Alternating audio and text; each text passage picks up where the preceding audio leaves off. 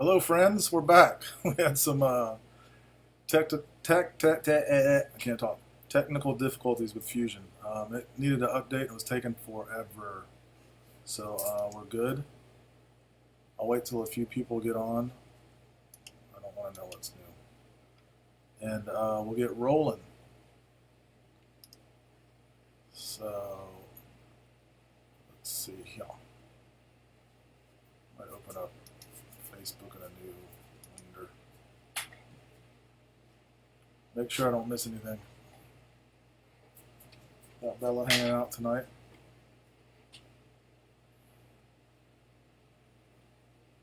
Okay. Everything looks good. Let's see.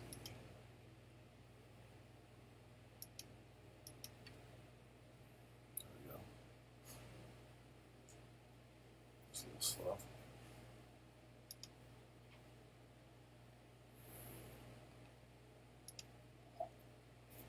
Okay.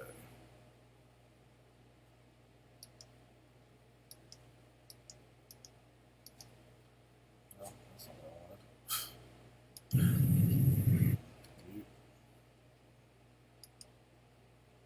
Okay. There we go. All right. Got 3 people watching. I don't know who they are. Say hi if you're watching. And we'll jump into this. Okay. So I was explaining before, this is extremely similar to the very first cleaver I ever did 5 years ago now when I started making fixed plates. The shape's totally different. That one had like a curved front up here like the Orphan did, and it didn't have a fuller. I can't even remember.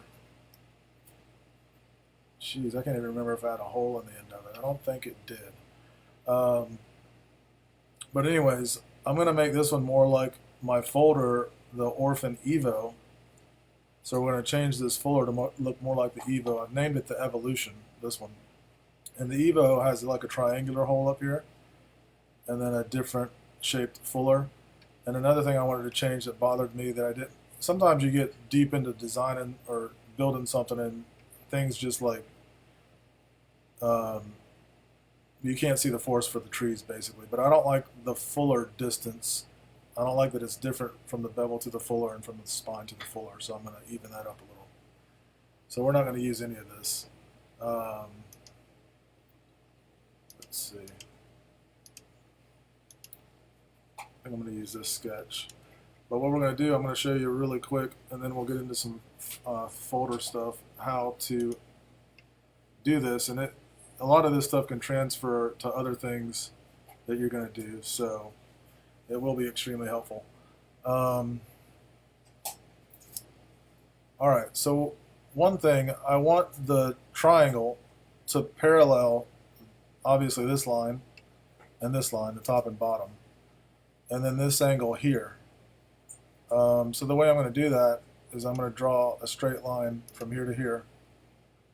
All right, so the angle is 76.2 degrees. We don't necessarily need to remember that. The way I'm going to do it is I'm going to use the offset function here and just offset this line. I'm honestly just going to kind of eyeball where I think it looks good. That's 0.125, so about 1/8 of an inch. Maybe a little more. You know what? We'll try 0.15 and see how that works on all of them. So then what I'm going to do is I'm going to offset this line 0.15 because I want it to be. I like things to be symmetrical from the edge. It snapped right to it. That was nice. And then on this bottom one, let's see.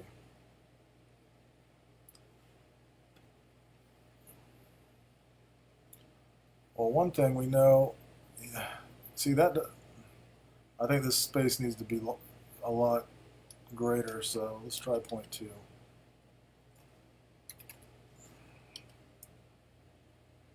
That's looking a little bit better. I think that'll work.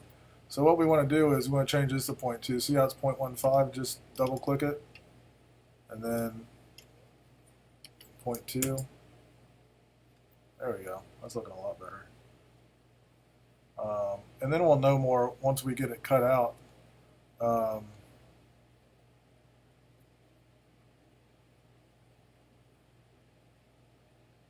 Let's see.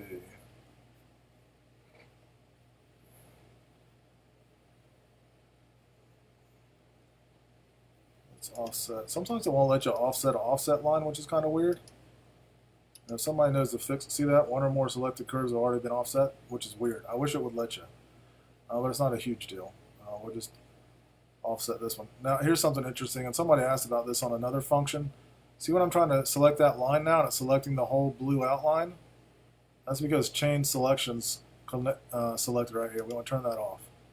We just want this line. And we're just going to move it down to where it kind of looks good. I'm kind of like eyeballing this distance for this hole. Even though, let's see, 0.8. Let's just go, let's go -1 inch and see how that looks. That's probably, yeah, too far. 0.9. Let's try 0.9. We can always change it. And the reason I brought it down further is, remember I told you I didn't like how high the fuller was. So the fuller is going to move down.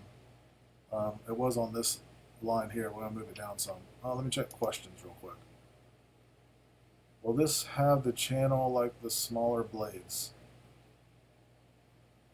The fuller, if that's what you're asking, yeah, it's going to have a fuller. That's what I'm going to design as soon as I get the hole right here. All right, so one thing, these aren't touching, so we need to extend that. All right, so that's good. And then we need to mirror this angle over here. It was 72.6, I think. 76.2. All right, so we need, let's see.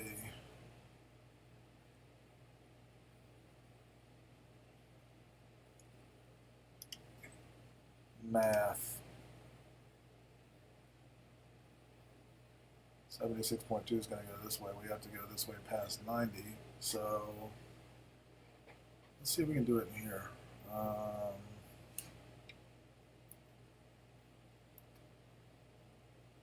No, I don't think we can. Let's see. We got the calculator. 90 minus 76.2 equals 13.8. So plus 90. 103.8. That should be right. 103.8. That's good. Yeah, that's right. I'm going to extend it. See, it's not touching here. So we're going to use the extend. Okay, so that's our hole. All right, let's finish the sketch. I want to look at something. Okay.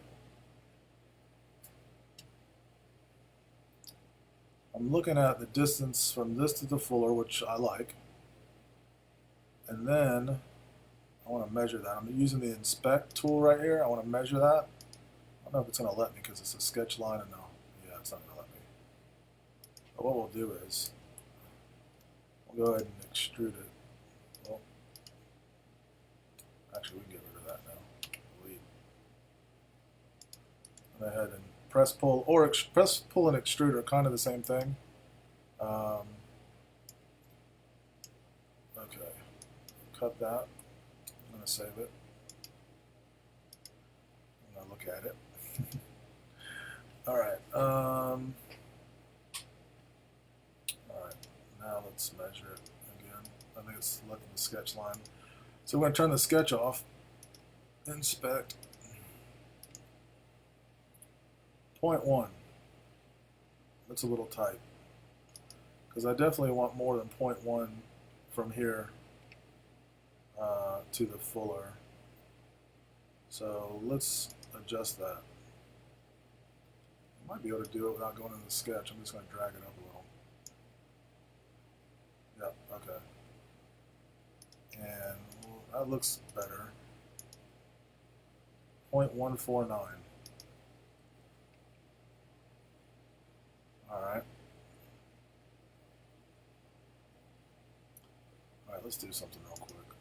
Let's get the fuller top line in there. Okay, so we're going to offset this line on the spine for what the fuller is going to be. And let's see.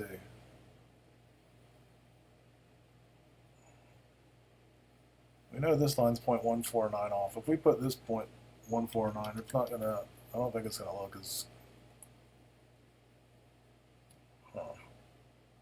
that might actually be okay.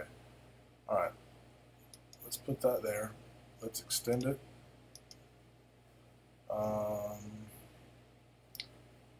We'll extend this one, and that's most of our fuller right there. I'm going to do whatever this angle was. Let's check our calculating. It's 1.3. Oh, did it close? Yeah, it did. I think it was 138. But we can do one of two things. We can use our line tool and just draw it, and it'll tell us 103.8. I'm just missing a 0. How about that? All right. So yeah, we're going to come in here. We're going to go. I'm tabbing to go to degrees right here. 103.8. All right. It's probably because I started at the bottom. So let's escape. Escape. There we go. Tab 103.8. There we go. I think I want to move it closer to the handle though, like that. Okay. All right, and then let's just see how that looks. All right. So, and then here's one thing on the Evo, the fuller kind of traces around the hole. So let's see if there's. What I want to do is let's go ahead and do the fuller. And I mentioned last time I usually do these 0.04 deep. That's just personal preference. So let's see. I'm trying to think the best way to do this. All right, let's do it like this. I'm going to go back into sketches. I'll check questions in a second. Edit sketch. So basically I want the hole to be inset from this fuller. So that's pretty easy if it's going to let us do it. I need to offset these lines. We had trouble with that before. But you know what I think the easiest way to do it? Let's do it like this.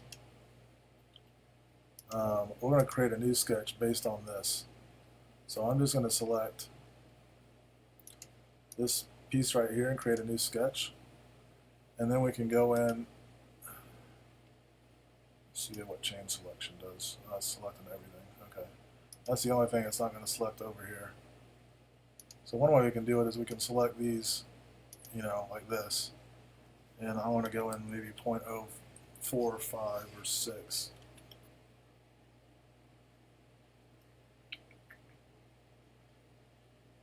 Maybe 0.05. Okay. And then we'll just create a line. 103.8. Perfect. And snap it. Oh, that's all right. That's okay. All right. So this is going to be our new hole, and we need to fill in around it. Well, we need to fill in around it first. Actually, the easiest way to do this, probably, is just, I'm going to turn off the sketch, select the old one, get rid of it, and then we'll just cut a new one. We'll see how that works. I don't know if it is because now it's selecting this line. Let's see what happens. Nope. Well, that's okay. We have a sketch to redo it. All right. So we're going to cut our hole. All right. All the way through. Yep. We're going to turn. Start naming these. Blade, hole, and fuller. Alright, so what I want to do is, the look I'm going for, is I want the fuller to extend around the blade hole. So we're going to select that and this, and press pull, -0.04, turn off our sketch, and that's what I want. I don't want it square like that, which isn't a huge deal, and this needs to be further away. We should be able just to press pull it. See what happens. Nope, went horribly wrong. Alright, cancel that. And that will happen. What we're going to need to do is just move the line in our sketch. No big deal. But what I was getting to is, one, it looks well, it doesn't look terrible, but it doesn't look that great with the sharp edges. But also, when you mill these out, the end mill's round. So you're going to have to make it, where the end mill can actually cut this stuff. I do a 1/8 inch end mill. So if you select this curve and go to fillet, or fillet, or however you want to say it, it's fillet. The end mill is 0.125, okay? You need a little more than half of that. What I usually just do is do 0.063. You can, here's the thing, and when we get into cam, you'll see this. I'm just doing this so you'll get a good idea of how it's going to look. You can go into cam and tell it to mill out something with these sharp corners, and it's only obviously going to do what it can do. So technically, you don't even have to model out these fillets. I like to do it for a few reasons. One, just to see how it's going to look. If something looks wonky, you want to adjust it. That's one reason. And then I'm going to go in and do these. Same thing, 1063. Okay, so here's one thing. Let's see. Let me do these other ones. But that's one, reason to do it. I just like to see how everything's going to look. We still might need to move this. Let's see. See how it looks though. 1063. I don't think it's going to look right, but we'll look and see. Yeah, it still needs to be moved away something a little bit. So here's the thing. This looks good. I think it would look better if, like, this curve was closer to this one. Like more parallel is what I mean. I guess you could say, or I'm not sure what the correct term I'm looking for is. Okay, so it's selecting the whole thing because look, target chain's selected.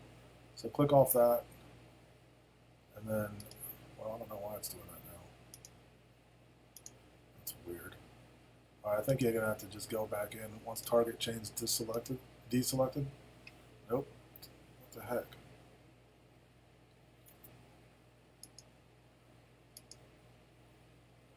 Oh, well, here's another thing.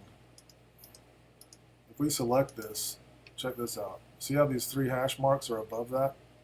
And we select it down here, it lights up, we can edit it. So right-click, Edit Feature. I'm going to use the top-up view so I can see how it matches this one. And just move it up and see how that looks better. Yeah, I like that better already.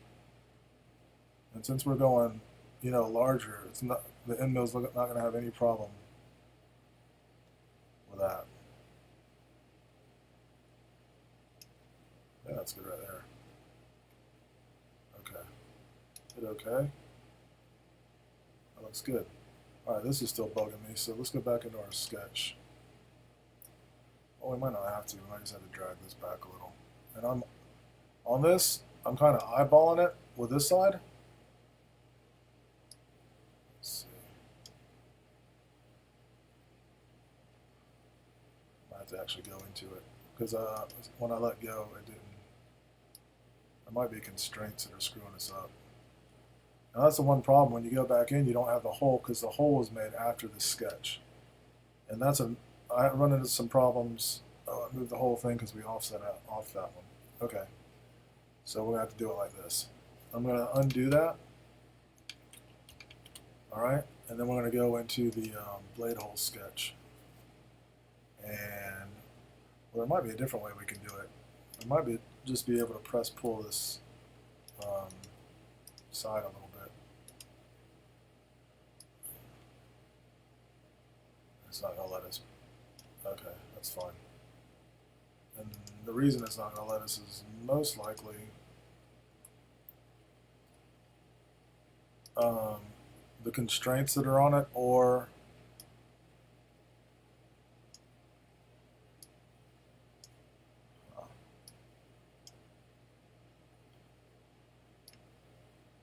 well, let's see.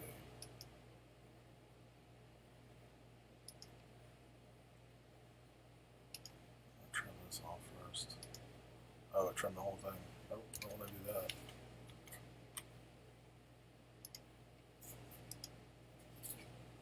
Okay. It's this one. I'm going to delete that constraint.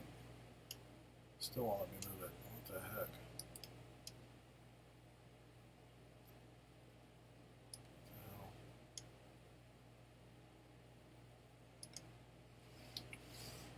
Oh, when I tried to move it, it pulled it off the line. Okay.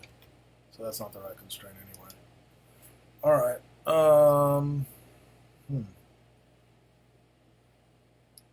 Let's see here.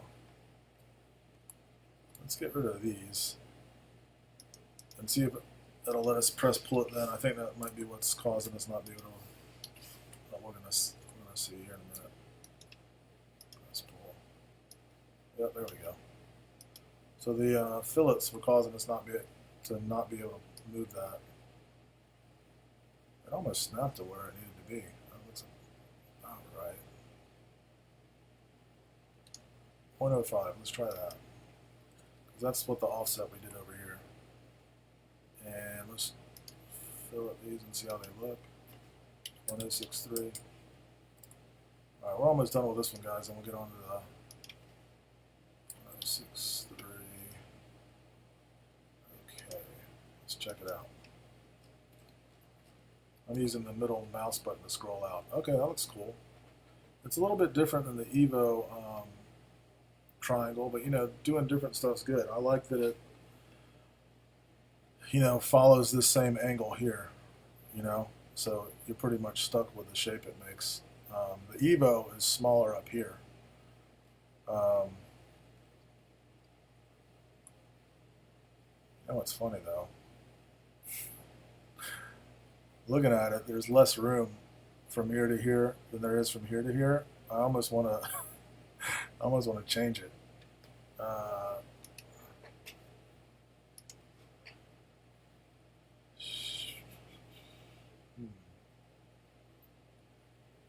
Let me see if there's any questions before I go off the deep end. Hey Rob, what's up, buddy? Overall length, Greg, is 12 inches. It's going to be 12 inches. Let's see. Let's see. Yeah, you know, I really want to change that angle now.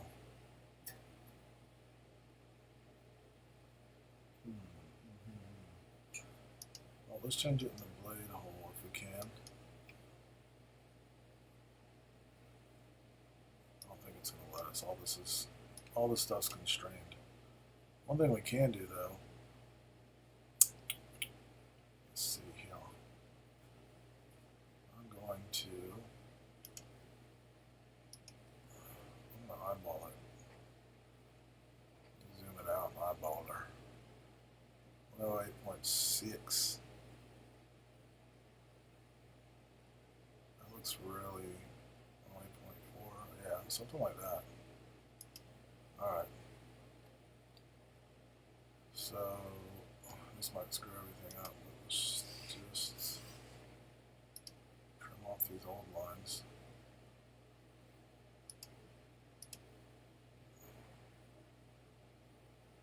And then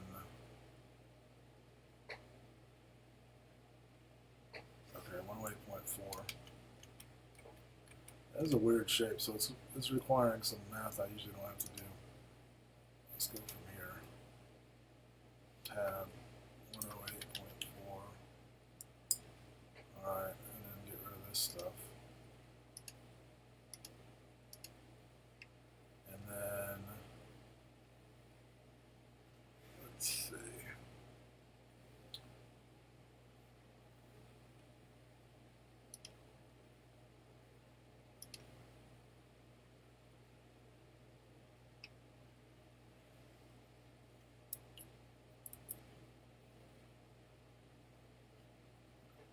see something here.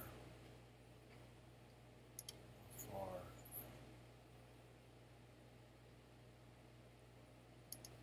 Let's do this.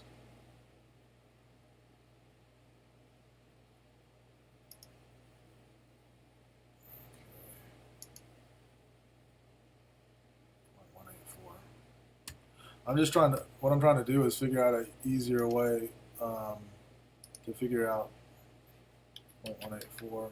Oops, fat fingers. And then we go up 90 degrees, and we go from there to the corner, and we'll have the same angle. Boom. All right, then we can delete all this junk. Delete. We'll trim this.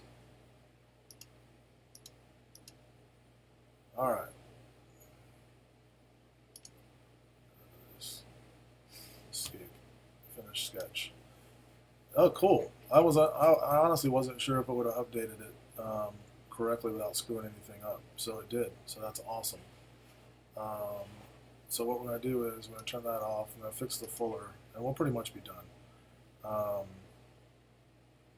Let's see. One thing I want to do. Let's go ahead and now here's something else. You can fillet all these at the same time. Just select them. 106.3. And what that is if you missed it the first time, it's a little over half of the tool diameter, 0.125. Okay, so I already forgot this angle. What was it? 10. Oh, I thought I gave it over here. That's all right. We'll figure it out. Okay. So let's go back to the fuller.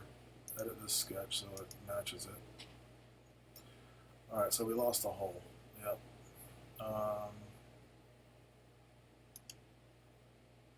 Let's see.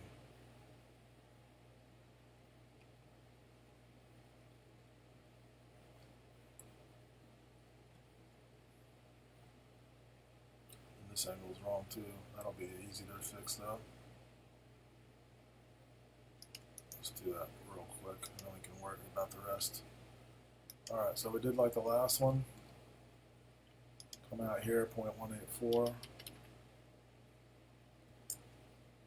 And then go straight up.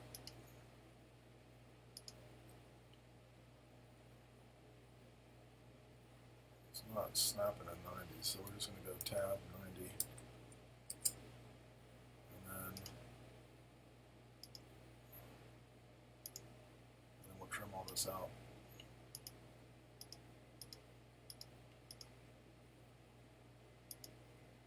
Okay. So that's our new angle. What was that angle? Let's look at that, because that's what we need for the other line.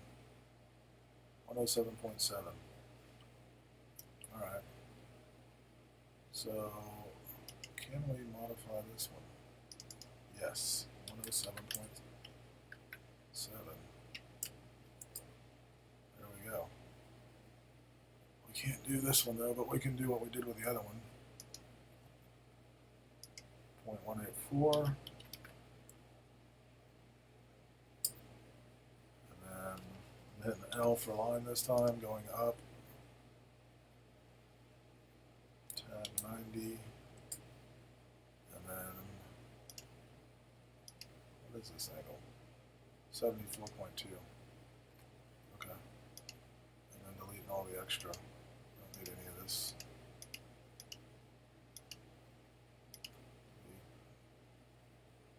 Delete that one too. Delete that. Okay, let's see what that does when we hit finish sketch. Might have screwed everything up, but we'll find out. Nope, look at that. Let's turn the sketch off. Beautiful. Alright, let's do this real quick. Alright, so while I'm doing this, that was weird.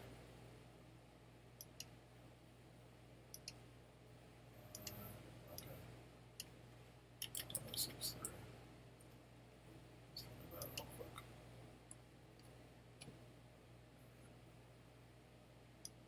Does it get better?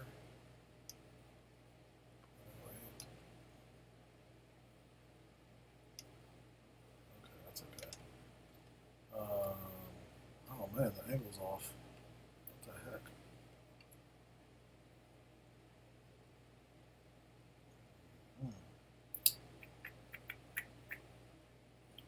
That sucks. I have to figure that out. I think I know why. I based it off the. Let's see. Just fix this real quick.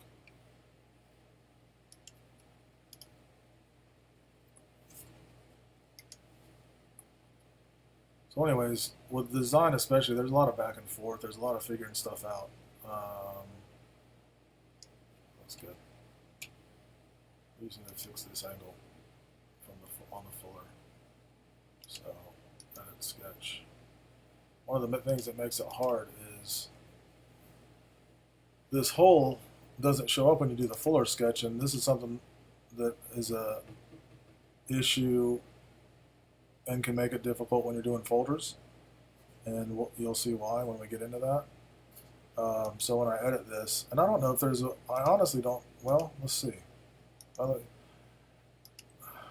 If I leave this sketch on, see the sketch was created after either, so that disappears. If somebody knows a way where I can see what's been done after this sketch, please let me know, because it is a pain in the ass. Trying to figure out the best way. Well, I know how I'm going to do it, obviously. Okay, we're going to go into the whole sketch. We're going to figure out this angle.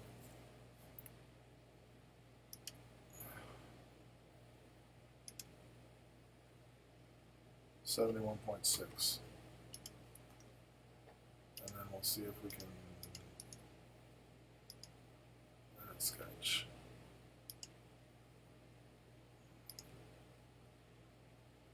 Well, I think we have to do it the other way.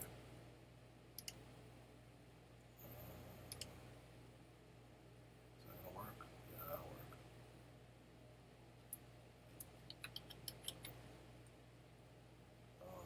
Oh, jeez.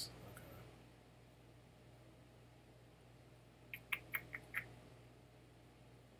All right, figuring stuff out. Let's see what the angle is from the bottom up. That's what we got to do. All right.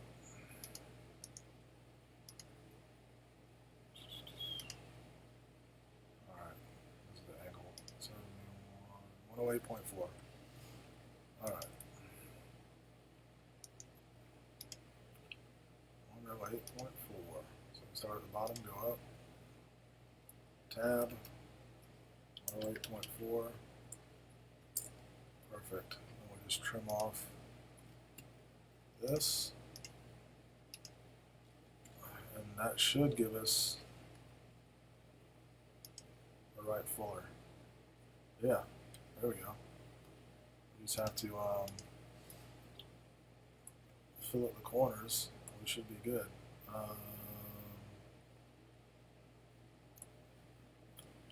Well, that's going to bother me because look, I'm using the inspect tool here to here, 0.05. That's what we set it at. This is definitely not 0.05, like 0.04 maybe, 0.045. Not far off. So press pull. 0.000005. It's not gonna let me. Son of a gun. Alright. I'm gonna try. Sometimes when press pull doesn't work, I try extrude. 0.005. Negative actually. Yeah. That did work. And we're gonna measure it. 0.05, perfect. Okay, so we just need to fillet these. I'll do it by eye to match. Oh, we got a problem. Look at that problem right there. Because when it pushed it in that way. All we got to do is delete this face though. There's probably one like it at the bottom, but we'll handle that when we get down there to do the fillet. Alright, so we need 0.063 minimum. Let's look at her. Come in a little bit more. Last time we were at 0.9 and that looked good. Yeah, that does look good. There we go, 0.09. Alright, we check the bottom. Yep, same problem. Get rid of that. Let's do our, can't remember what number we did on the bottom.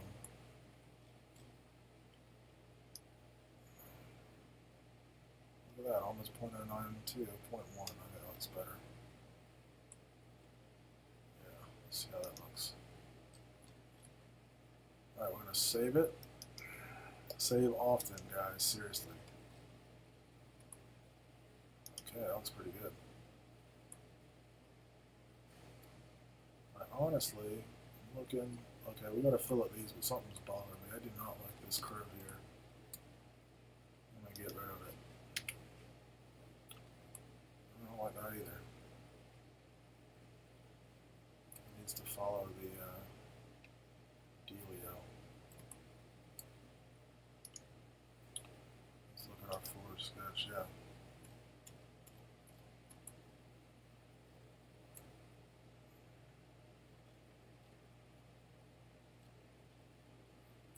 Oh, you know what? I know why I did that. Let's go back. Hold on. Let's find this on the timeline. Alright, here's where it is. We're going to delete it from the timeline. There we go. See the difference that made? When I deleted it from the timeline, it kept that angle. So let's just, oh, yeah, this is looking good too. The fuller's centered better. We're just going to chamfer these and that'll be it. I'll mirror it on the other side some other time. I showed you guys how to do that in the first video, so that's not working right. Let's make sure there's nothing weird up in there. I don't see anything. Let's try it again. What the heck is going on?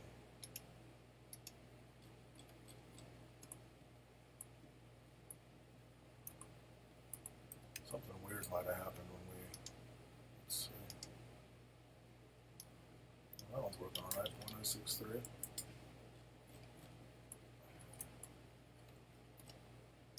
Let's see. Sometimes you got to zoom really in to see if there's like an issue, like we had in that other corner. I don't see anything, but I don't know why it's doing that for the life of me. See, and you can tell already because the arrow is pointing the wrong direction. It's so weird. Huh. Let's see.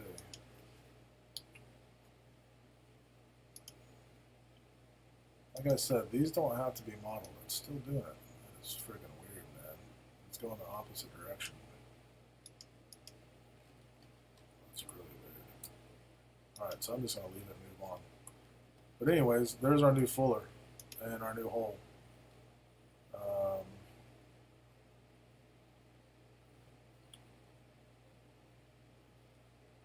Let's see.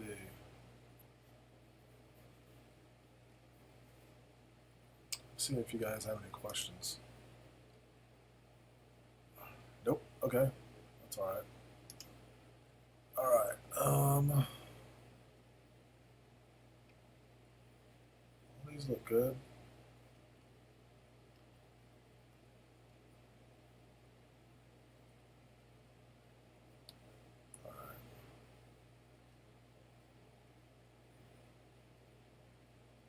Alright, so that's it. I'm going to save it.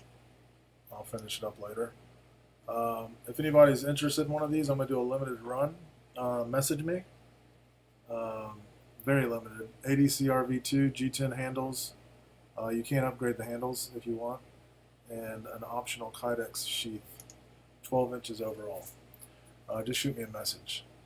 Alright, so let's close this and we'll save a new file. We'll go under R&D, I guess. We'll call it Fusion folder. We're not going to do the whole thing tonight, but we're going to get into it a little bit. I have no idea what kind of folder I'm going to do, just so you know. So this should be fun. Let's see.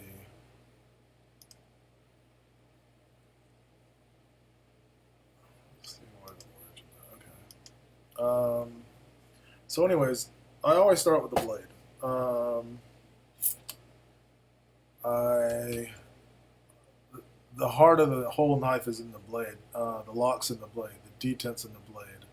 The grinds are in the blade. The stop pin, all the important stuff, um, all the adjustment is in the blade. If you screw up a blade, that's where the most work of any folder is in the blade. Setting the lock and detent, setting, um, grinding the bevels, making sure the open and close positions are correct. It's all on the blade. You screw any of them up, and you either better know how to fix it or start over.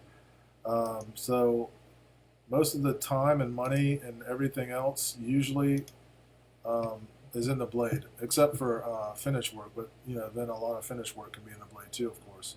Mirror polishing and etching, which can take days if you screw it up and have to refinish it, and it does happen. So, anyways, I'm getting off track. But let's do a folder. I have no idea what I'm going to do. Trying to think of something I haven't done. Let's see. You guys throw some ideas at me. There's only 2 people watching right now, but that's okay. I record these so people can watch them later. I'm trying to think of something I haven't done that I want to do.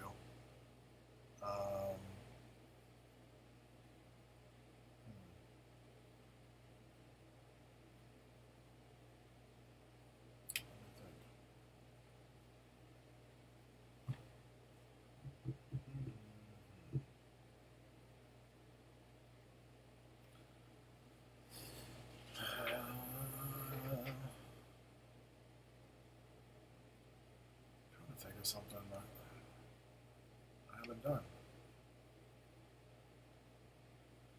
Nobody's suggesting anything. Let me think. You know what? It doesn't even matter. Let me think. I gotta do something. Let's just create a sketch and start screwing around. All right. So we're gonna do it on this plane. That's the plane I like to do it on. I mentioned that in the last video. All right, so we're going to start with a pivot hole. I usually use 1/4" pivots. I'm actually trying to switch over to 3/16 pivots, so let's do a 3/16, 0.187. Okay, so there's our pivot. And the reason I'm switching over is I also do 3/16 stop pins. So if I use the same drill and reamer for both, that's 2 less different tools I have to have, yada, yada, yada. Anyways, so I probably won't change any of the old models, but all my new models I'm going to try to do 3/16 stop pins and pivots. The smaller pivot will give you a tad more room when we get into the whole lock and detent and the stop pin placement and all that. You can go with a smaller stop pin too. Like a 1/8, and that'll give you a lot more room to work with as well. But anyways, I'm getting off track. So I don't know. Let's figure out a knife. I want to do something kind of smaller, like a 3" blade. Well, you know what? I have the Seraphim, which is like my smaller gentleman's folder, and it's around 3 inches or so.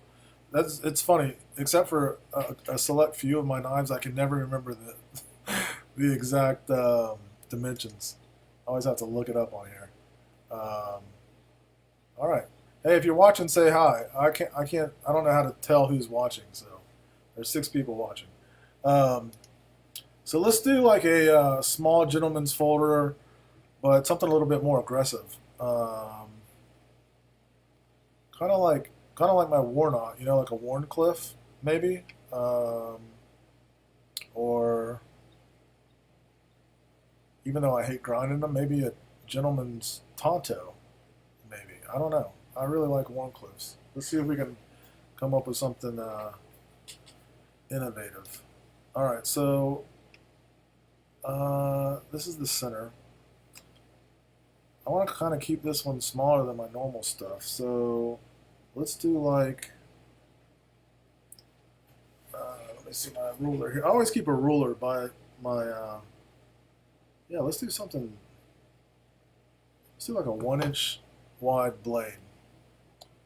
So I'm going to start back here, 1 inch. And the length of the blade you usually measure from the front of the frame, which I'm going to guesstimate to be maybe around here or here. So that's 0.9.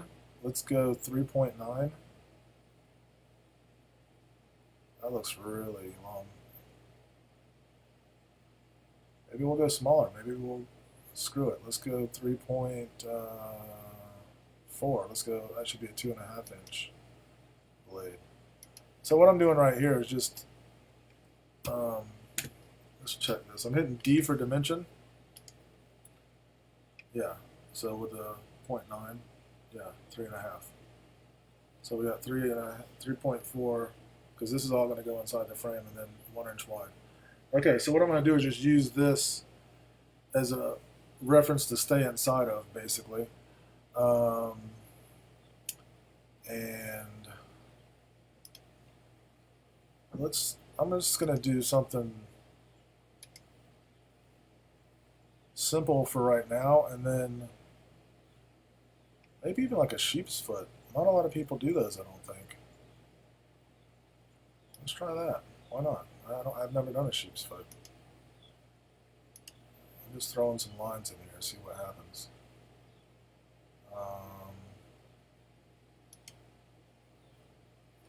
It's kind of cool. That is very Warnot-esque, though. That is a lot like my Warnot, so let's go back from that. Let me see if I got any comments. Yeah, Justin said a Warncliffe blade with a more aggressive angle at the tip would be sweet, and that's kind of where I was going with this. Thanks, Justin. But I was going more like sheep's foot.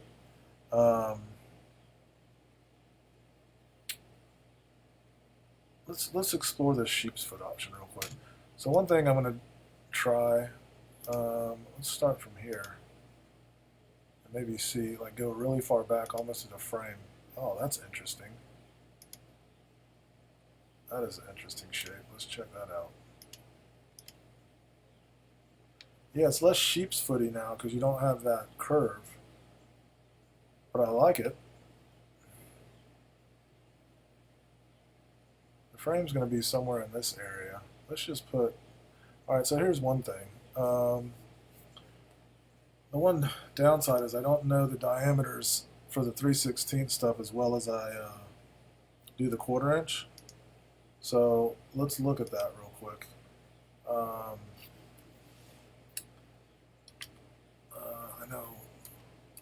don't know if all the sites give the dimensions, but I do this all the time when I'm designing stuff. If I need a dimension, Alpha Knife Supply is where I get some of my stuff. I get most of my bearings from Alpha anyway. So what we need is hardware. We need pivot bearings.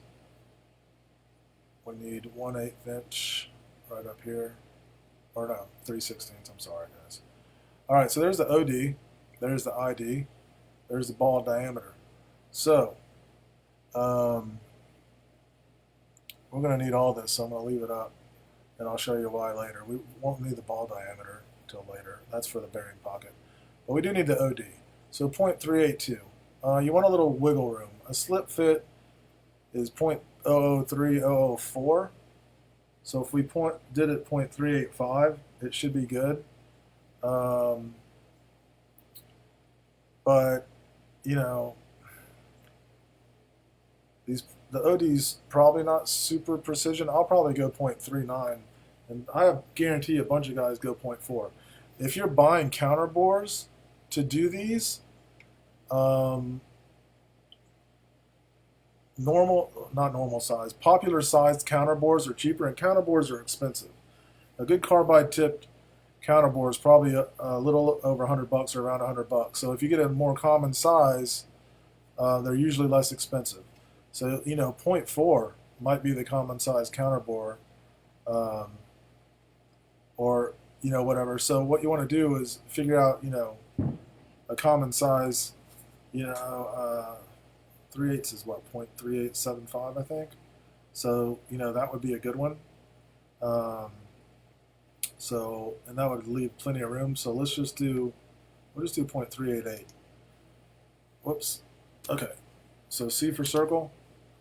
And the reason I'm doing this is because I want to go ahead 0.388 and kind of put the front of the frame where it's going to be, even though we don't know where the detent track's going to go right now.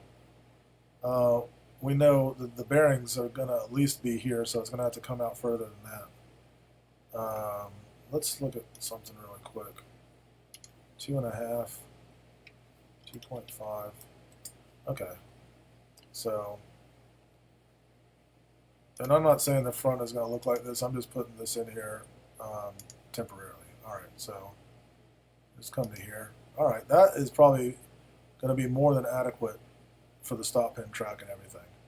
The detent track, I mean, because it's not a hard and fast rule. There really aren't any when it comes to design and stuff. But you usually don't want the detent track exposed, when you close the blade. Let me check comments real quick, see if there are any. No. You guys make sure and let me know who's on here. If anybody knows where I can see who logs in or who's watching, let me know so I can say hi to you guys. All right, so let's save this. I think it's going in a good direction. All right, and now here's another thing. We're going to need room for the flipper tab or thumb stud, which I've never done. I've never done a thumb disc or thumb stud or anything like that. So, maybe I'll make this my thumb stud knife. For a gentleman's knife, I think it would look a lot cleaner without a flipper tab.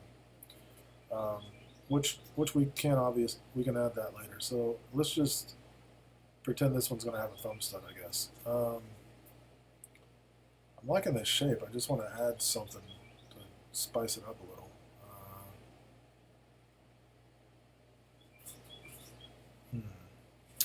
Let's look at one thing. The grind is going to be at least, depending on how thick, it could be a 1-inch grind and go all the way up, but I think it'd be better if maybe it just came to here, right where that line meets, maybe.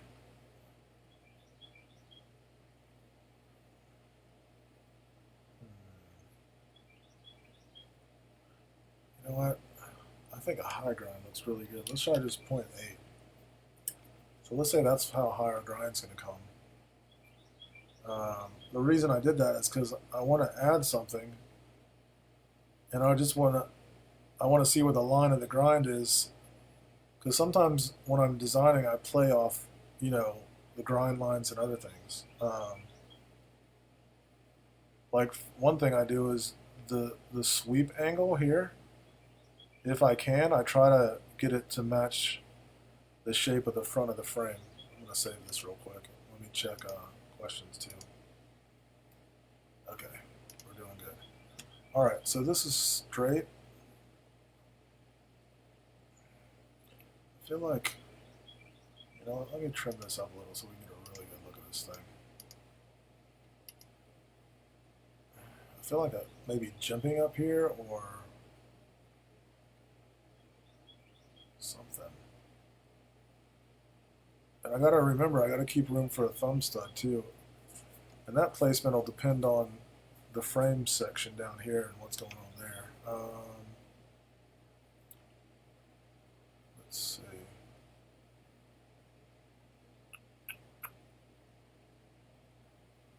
I'm digging this shape though. I think it is. I think it's different. If it looks like anything to you guys, let me know.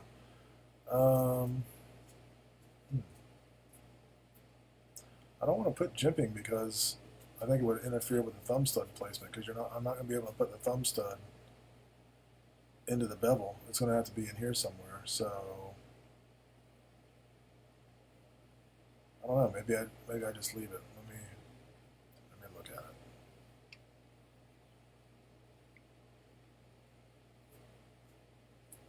I'm going to go ahead though and I don't know what this. Here's another thing. If I have an aggressive blade like this, there's one thing I'm thinking about too.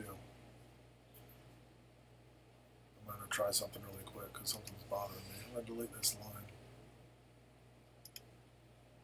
I think I want... See, I wanted it a little bit more aggressive, but that's definitely not it. Maybe that's good. Because I had it where it was staying flat up here a lot, which I may need for the thumb stud, actually.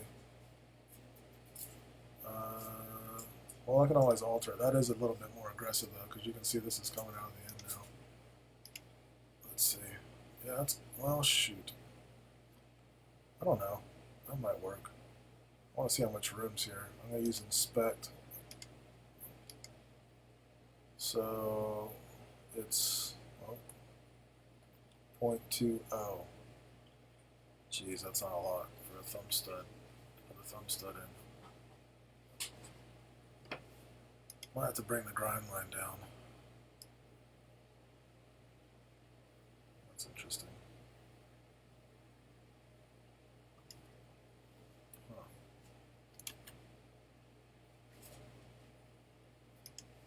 Just delete that. Maybe we'll have to go with my original idea of having the grind line go to that point there. 0.696. I don't like that. 0.7. So that's the grind line. Now we've got how much room? 0.3. So we could do 1/4 inch thumb stud. That might work. I'm going to have to pick some brains of my thumb stud friends. Let's see if there's any questions. Nikki asked if I have Bella. Yes, she's down here with me. She loves Facebook Live feeds. Okay, so we're going to leave this for now. I feel like it needs something, but there's things I can add later. Like I'm thinking some chamfers and some different things, and maybe some type of fuller. I'm actually thinking some type of fuller that the thumb stud like rests inside of. That would be cool, and maybe not a round thumb stud, like an oblong or shape to go with a fuller. Yeah, we're going to get into that because now I'm kind of excited about it. All right, that's enough for the design on this part of it. Let's get the front of the frame going. What I like to do is if I have aggressive blade like this, I don't want a round frame. There's nothing wrong with it. This is all personal preference for me. I like it to follow the aesthetic, and not exactly, but I don't like it if I have sharp angles up here. I want to have some sharp angles here to like flow it all together. And another thing is I don't want to follow these angles exactly, but I do want to follow them to an extent just so it flows. So we're going to try something like this and see, one, how it looks, and then two, later on, see, that looks better already to me. Two, later on, how it's going to function with all the other stuff, which you'll see what I'm talking about. So we're going to try something like this to start. Yeah, so see, point, I don't know. The angles are looking pretty good to me anyway. Now usually what I do is I'll get the blade going, and then when I'm figuring out all the lock and all that, I'll have a second one for the frame. But I wanted to try something because I've been thinking about, what we're doing here for you guys, and I'm going to try to do the frame on the same sketch as the blade. It may be horrible and end up terrible. Actually, you know what we'll do? I'm going to finish this sketch real quick. Here's what we're going to do. I'm going to name this blade. Okay. It won't let you duplicate a sketch, as far as I know. So here's how you can do it. If anybody knows a way to duplicate a sketch, let me know. Go in here, Command C or Control C for copy. Create a new sketch. Right at the top, Eric. And I'm going to turn off this. Command V or Control V for paste. And there you go. Finish sketch. All right. So that's our backup. We'll actually name this one Blade BU for backup. And then we'll name this one Blade and Lock. Because I always design the lock side first, obviously, because you're going to need it, for the blade. And then I duplicate the lock side and delete what I don't need for the show, and that way they're totally identical. All right, so okay, let's see. The one thing you're going to need to do, I'm going to get into two different things, and hopefully I don't lose my train of thought. The frame obviously has to be bigger than the blade, so the blade fits inside of it, right? So going off this center line to the tip of the blade is 2.9. All right, so let's go back this way, 3. But this is something. This is what I wanted to mention, guys. There's something called. I learned this on my first knife when I posted it somewhere, and somebody nicely mentioned it. There's something called a blade to handle ratio. Okay, if your frame comes out too far this way, or goes back too far this way, it's going to have this humongous frame with this itty bitty looking blade, and it's not going to look balanced. What I do is I suck the frame back as far as I can, so nothing's exposed. So you got a lot of blade hanging out, and then usually in the back, I try to have the blade tight up into the frame. The only thing I didn't do that with, one of the only things I should say, is the Orphan, because the cleavers are difficult to get that big blade inside the frame, which is why I bent my handle. Also, ergonomically, it actually feels amazing. But I wanted the blade to go in as far as possible, so I put the back spacer all the way at the end. So the blade to handle ratio on that one isn't the best, but it does have a good full grip and everything. So just a few things to keep in mind. Now this blade, being as straight as it is, it should go in the handle okay. We're going to try something really quick though. We're going to go ahead and extrude this, except for the pivot, because I don't know if that pivot's in the right position. It's dead centered, and that's not always where you want it. I'm going to go this way with it, with a -0.2. All right, and then that's going to be under bodies. We're going to name that blade. Okay, so let's look at this real quick. And this is something I didn't cover in the last one really well. Let's turn off our sketches. Let's leave them on. Okay, moving things. M for move, right click, move, copy. There's different ways to do it. Okay, so this brings up the move dialog. If I want to rotate around the pivot, what I need to do is set the pivot right here. Click that. Make sure it snaps in here. Click it. Then, big one, make sure and check the green check mark. Click it. Then you can rotate this around. We're rotating, we're rotating, we're rotating, we're rotating, and stop. Okay. Will this work for the rotation 175? We don't know. We don't know the exact handle shape yet. We don't know if there's enough room for a backspacer or standoff. We don't know any of that. So we kind of need to get the frame design going. But that is how you rotate. And another thing I'll show you really quick is, let's duplicate this blade. I just did, was it lagging or what? I just did Command C and V, or Control C and V, copy and paste. Another way you can do it is, let's get rid of that blade. Select the blade, hit M for move. Check this out, create copy. Boom. See, it created this copy here. Move it where you want to move it. I'm going to try to show you guys something, so I'm moving this way off the X and Y on the other one. Okay, hit OK. Now, let's say you're lining stuff up, for whatever reason. Let's pretend this is the lock side, and I want to line it up with the blade. Here's how you do it. select it, right click move or hit M. Right here, point to point. This is how I do it. There is another way to do it. This is just how I do it. This is the origin point right here. This is the target point right here. So now they're together.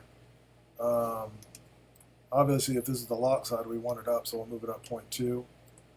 And then we'd want to rotate it the way I just showed you, like this. Okay, and hit OK. And there. Now this is kind of funny because that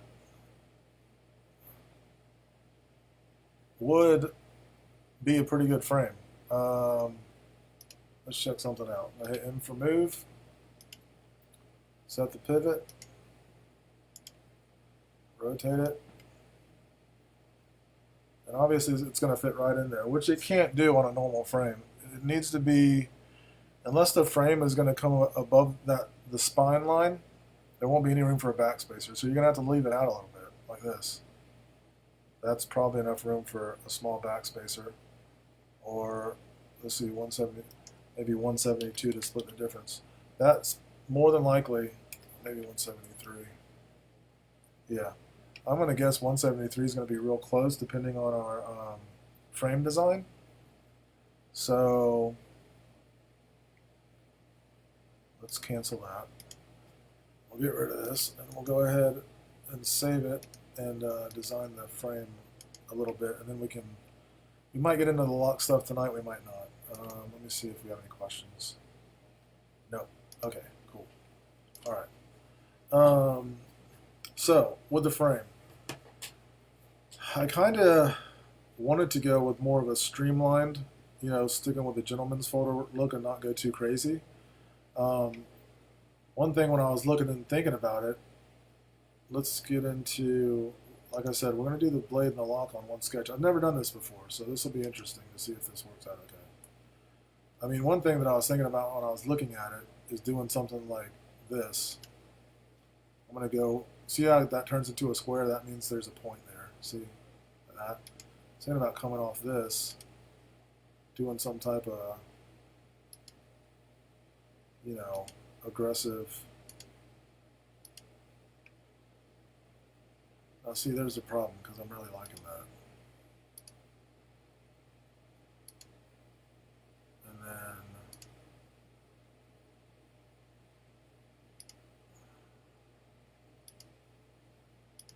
then I'm pretty sure to have a thumb stud, I'm going to need a pretty good cutout here. Jeez, I'm liking that. Let me save it. I don't know if this looks like anybody else's stuff, so if it does, let me know. But we're going to rotate this blade and see how it looks. Set pivot. This is totally different from the way I was picturing or wanting this to go. Okay, so there's a few things we're going to change if we're going to keep this. Let's do 173 where I thought we'd be, and that is right. So a few things I probably do. 173 is good, and it looks like we have room to maybe run a backspacer. I don't know. You don't want to. Usually you bring the backspacer to the back, but there's no rule saying you have to do that. We can put a backspacer here in the middle. It's a little different. Or we can change it to like 170 and have a lot of room back here for a backspacer. And you still have a lot of the blade inside of the frame. Let's actually creep it in. I'm just doing delete and then one number higher. Actually 172 is good. It's really inside the frame. There's plenty of room for a backspacer. Here's something else to keep in mind. If this did have a flipper tab, the flipper tab is going to be somewhere in here. The farther, and listen guys, there's a lot of rumors, theories, hard evidence and other stuff. All the things I'm going to tell you is things I've been taught, which I'm pretty sure are correct. But to get a good flipping action, you want your flipper tab as far in front of the pivot in this area as possible when it's closed for leverage purposes or whatever. Okay, um, you know, but we're not going to have a flipper tab. I'm just mentioning this because the further you can get it to close, depending on where the flipper tab is, if you're having trouble with where your flipper tab is based on your design, if you can get it to close more, it'll move the flipper tab further forward. That's all. That's the point I'm trying to get to. One thing I don't like is these angles here. I'd like to get this angle closer to the blade. So let's hit OK. Let's go back into our thing and see what happens. The blade disappears. One thing we might have done, or I should have done, is before I made this copy, extruded this blade. That way when I made this, I'd have my blade in there so I could adjust that. So how are we going to do that? Let's figure it out. Let's see. We can. Well, I know how we can get it close, but I like it to be exact. That's the problem. I like to exactly follow this. Well, that worked. It's not exact. Uh-oh. I'll move that up. Let's undo that. Let's get rid of this line. Delete.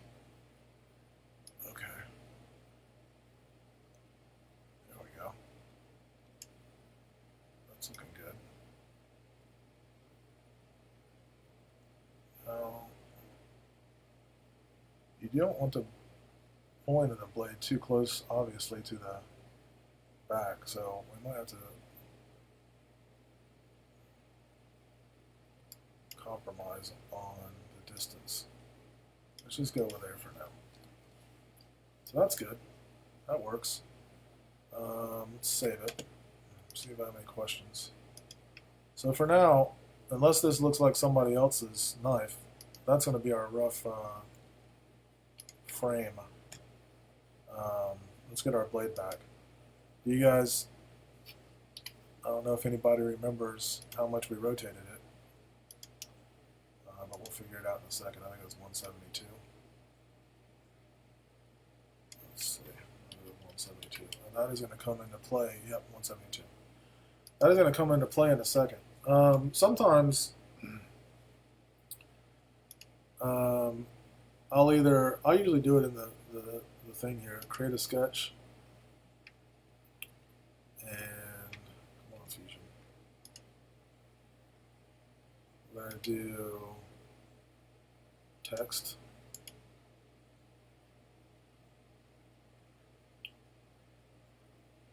And this could change, but 172.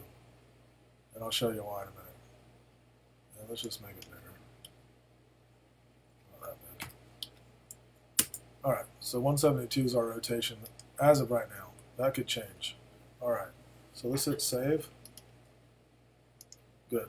Okay, so I'm really digging this flow. I hope it doesn't look like anybody else's. But anyways, we'll figure it out. And the blade to handle ratio looks amazing. So, okay. Man,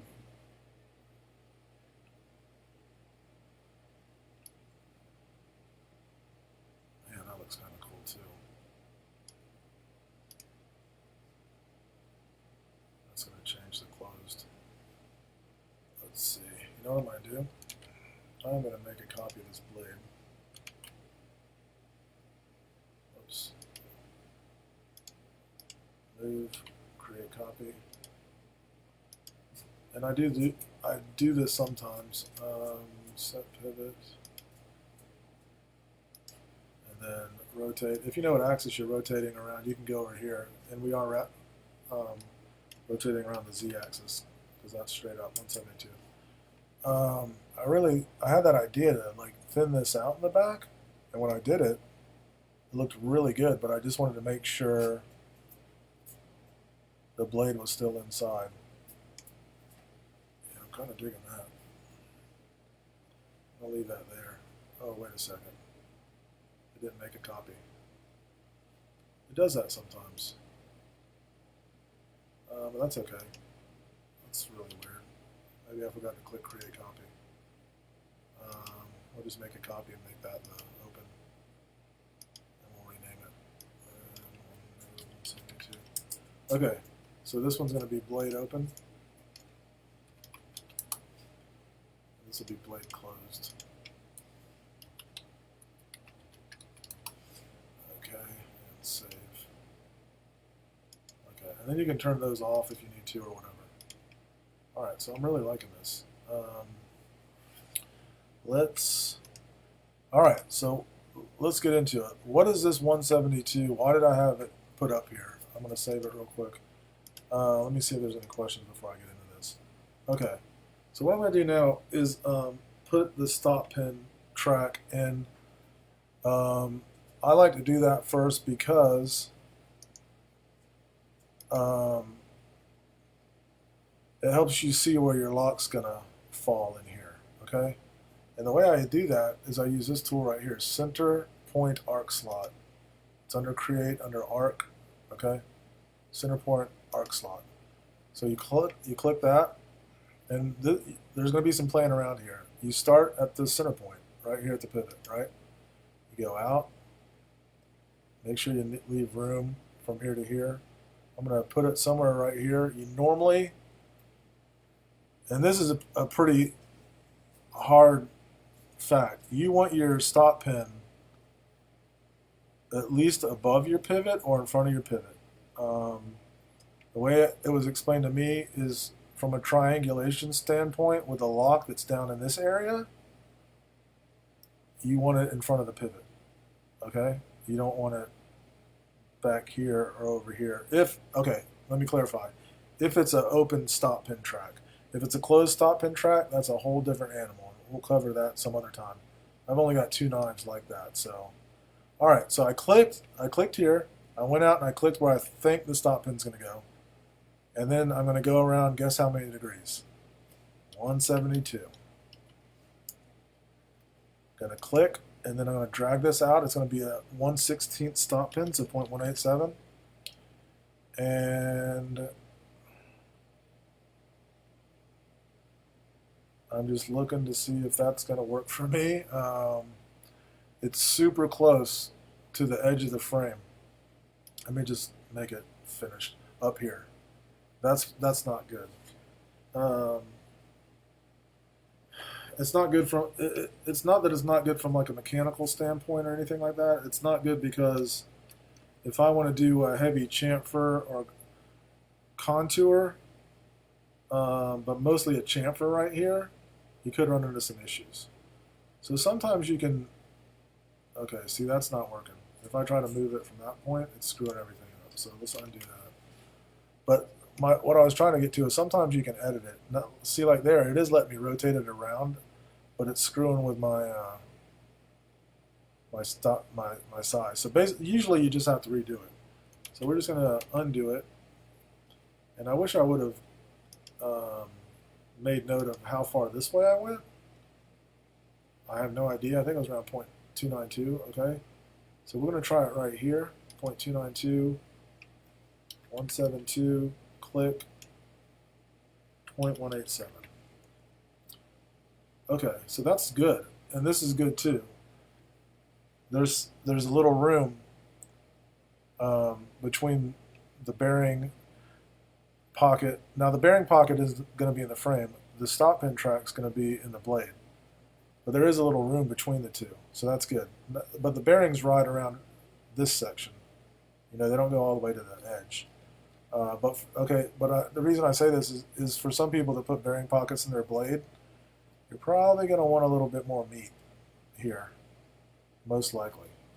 And then we got to look at this right here, where our lock is going to engage.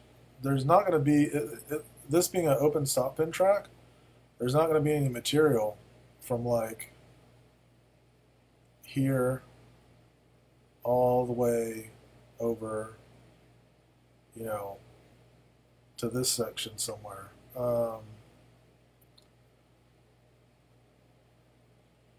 I mean, we could have the lock here, but it's super far away from the pivot. Ideally, you want your lock as close to underneath the pivot as possible. That's supposed to be the strongest place for the lock. Um, the Chavez does that. It's right here, directly under. Um, Looking at this, it looks like ours is probably going to be in this area. Um, and like I said, the closer you can get under here, the better. I don't like to put it on a line. I mean, I don't like to put it where the lock's on a join, a connection, or whatever like this. But you can. Um, but let's screw around with it and get the lock going and see how it looks. We might have to redo some of this. So the way I do it is I go off the pivot. So I'm using a 3-point arc. I'm going to go back at the very least 2 inches. On this smaller knife, let's see, I might go maybe 2.125, 2 1/8, okay? And I'll set my point there. And if you're water jetting or using a CNC, you can do a curved or a funky, lock bar, okay? If you're cutting it on the mill, it's going to have to be straight. All right, so that's, for now, going to be our initial lock, where the lock cut's going to be. And then down here, we have to figure out where our lock's going to engage on the blade here. So like I said, the further under the pivot, the better. And honestly, I've never done one past this point, but we could try doing it to where the lock comes all the way to here. Let's try that. Now this one, I do use a straight line. And what I'm looking at is where it cuts through the stop pin close position at.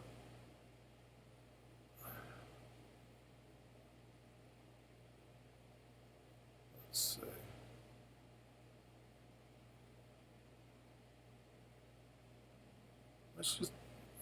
Let's just try it and see if it works. Now this is not the angle you want it at. You want it more of a like if you come up here, you want it more of like a 90-degree angle to this line, and that is just the way I've been taught. Okay, that is not. I don't know if that's. Let's see what kind of angle this gives us. 93.6. That's pretty good. Let's set that and see if we can move. No, it's constrained. Okay, let's delete it. Let's go back a little bit and then come down. 86.5. You can probably, that one might not be constrained. We might be able to move it. Okay. And then, I don't know if we can inspect it for the,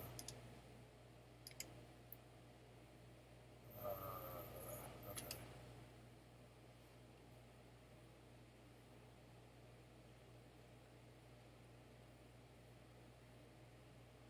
That's totally not going to work. All right, the reason why is it not going to work, Eric? Okay, I'll tell you. It's going into the bearing pocket.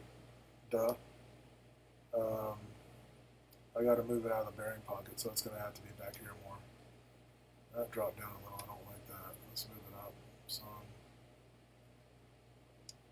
All right, and we're going to get rid of some of these funky lines in here.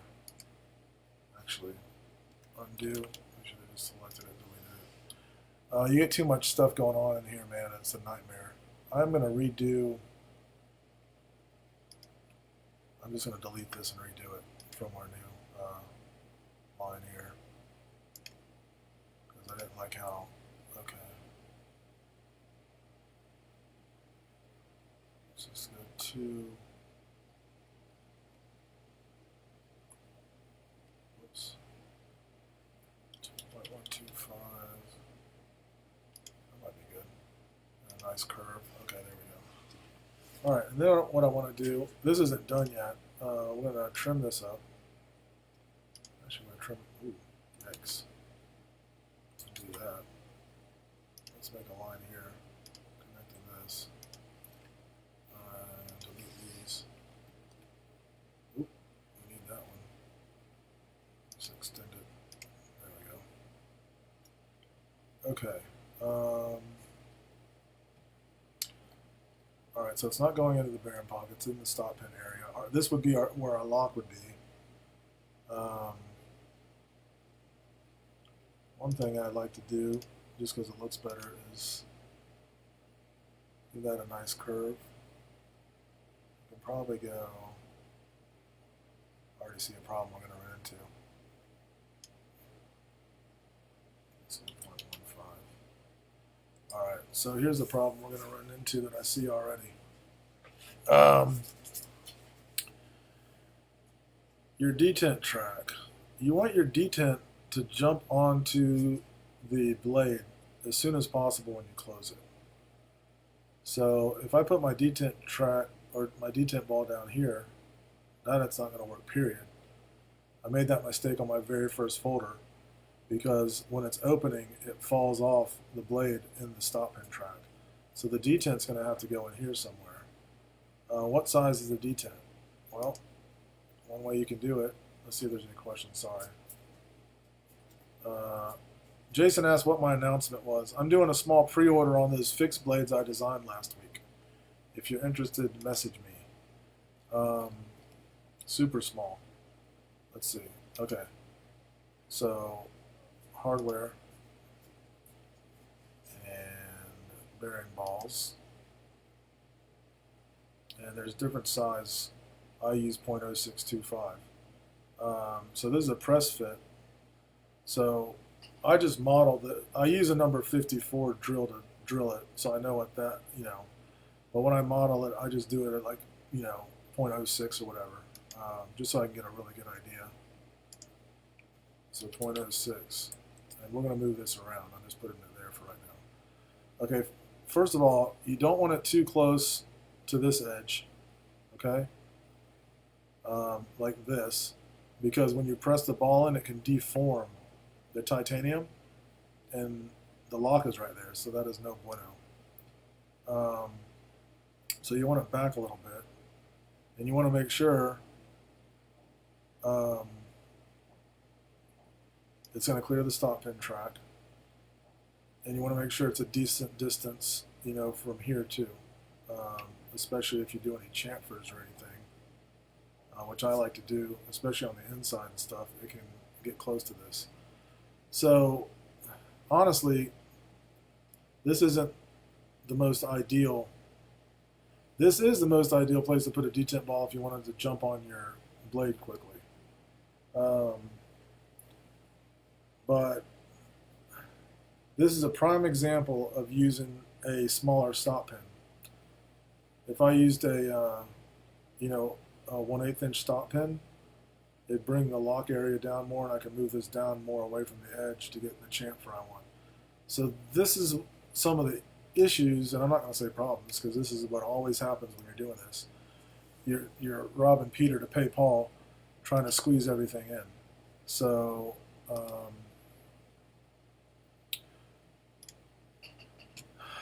how do we fix that? Well, here's one thing. Let's say the detent ball was going to go there. Let me show you my little trick for this. I draw a circle from here to the middle of the detent ball, and check this out. It's going way out of the frame. So that's not going to work anyway. Usually my detent ball is in this. Ooh, yikes. Let's get rid of that. Usually my detent ball is in this area. So if you look at that, inside the frame, just barely, but just barely works. It doesn't make a very big line in the blade steel. All right, so what can we do? We can use a smaller. Now this is a small knife. The smaller the knife, the harder it is to fit everything in. Okay. So even if I go, oh shoot, get locked onto that. even if I go just outside of this stop pin track and check our detent track, still going outside the frame. All right, so yeah, what do? We can adjust the frame. That's one thing we can do. We also need to cut all this excess away and rotate it and close it and see if there's anything sticking out, which we might need to alter the frame for too.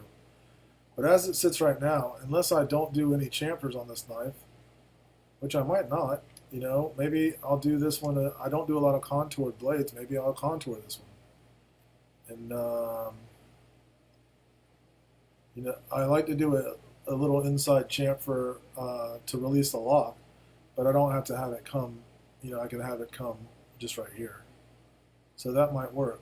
But we've got the problem with the detent track going out of the blade. So to fix that, we're going to have to mess with our frame design, unfortunately, which is had a really good blade to frame ratio. And when I saw that, I was like, I was pretty sure we're going to have to adjust. So let me undo that. So let's do this. We're just going to offset this line, right? Get it right past the detent track. Let's just go 0.12. All right. And then we'll offset this line, 0.12. And then we'll extend them to connect them.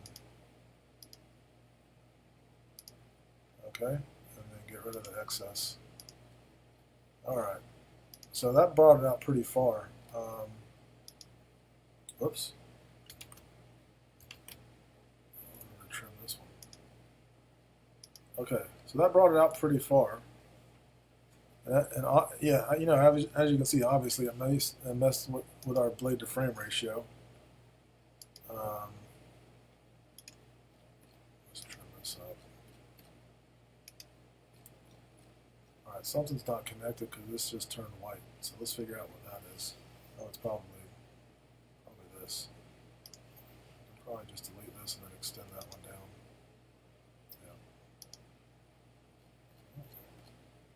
Something's still not connected. We'll figure it out. Whoops. Must be this one. So I'm going to undo that, extend. There we go. That did it. Okay. All right. Let's clean that up. Save it. All right. So that would work. And the blade to frame ratio isn't horrible. Just for aesthetics, I might move this line down to where it matches where the grind line is going to go. But doing this, I can't do what I normally do on a lot of my knives and do that heavy chamfer on the well, I can do the heavy chamfer on the outside. It's not going to affect anything. Let me show you what I'm talking about. Because as of now, you know what? Before I do that, we'll clean up this back section. I'll show you how I do that. Okay. Because we got to get rid of all this stuff. We also have to keep in mind we have the lock and blade on the same thing, so that's kind of. I'm going to get rid of this detent track. Usually what I'll do is I'll take an arc and come inside from the frame just a little bit, not a lot, and then I'll show you what I'm doing here. You might be like, what the hell is he doing? And I'll show you. Okay, so let's get rid of some of these lines. I think we can get rid of that complete line. Yep. And get rid of this one. There we go. Okay, perfect. All right, so we're going to select this. We're going to select this. That's going to be our new blade. We're going to extend it out. We're going to do a few things and see if that's going to work. All right, so press pull. That's what I like. Hit OK. All right. So that's the new body here. That's our blade. All right. Will that work or not? We're going to find out here in a minute. Okay. Let's go ahead and extrude the lock just for shits and gigs. So we're going to select all this stuff, not the detent ball. And when we press, pull, or extrude that, we're going to do it the opposite way of the blade. But remember, the dreaded join that always defaults to, you don't want that, you want a new body. And from the way I extruded it, this is technically the show side. But we're going to call it lock, and probably just move it. Lock. Alright, so save it. See if there's any questions. Did you know that on the Sabenza they use the detent ball as the point of lockup? Detent ball is the point of lockup. I don't know what that means, but I'd love to hear about it. Detent ball is the point of lockup. Call me when we're done. Jason's my best knife making friend. We talk quite often. Okay, so here's the thing with the lock. I don't always cut the lock, but here's something I need to look at. We're going to edit this sketch because I need to check something. When you cut the lock, what's wrong? Bella's getting antsy. When you cut the lock, you have to keep in mind that this material is going to disappear. So I think I might be in trouble here. It's actually, I use a 1.5 millimeter end mill.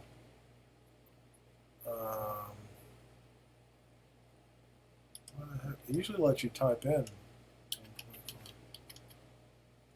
It's not letting me type in 1.5 millimeter. That's weird.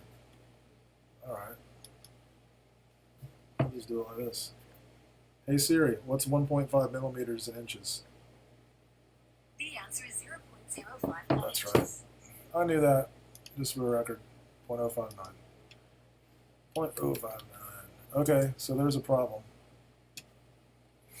If I cut this out, look what happens. It's cutting into our bearing pocket. So I don't think it's going to let me.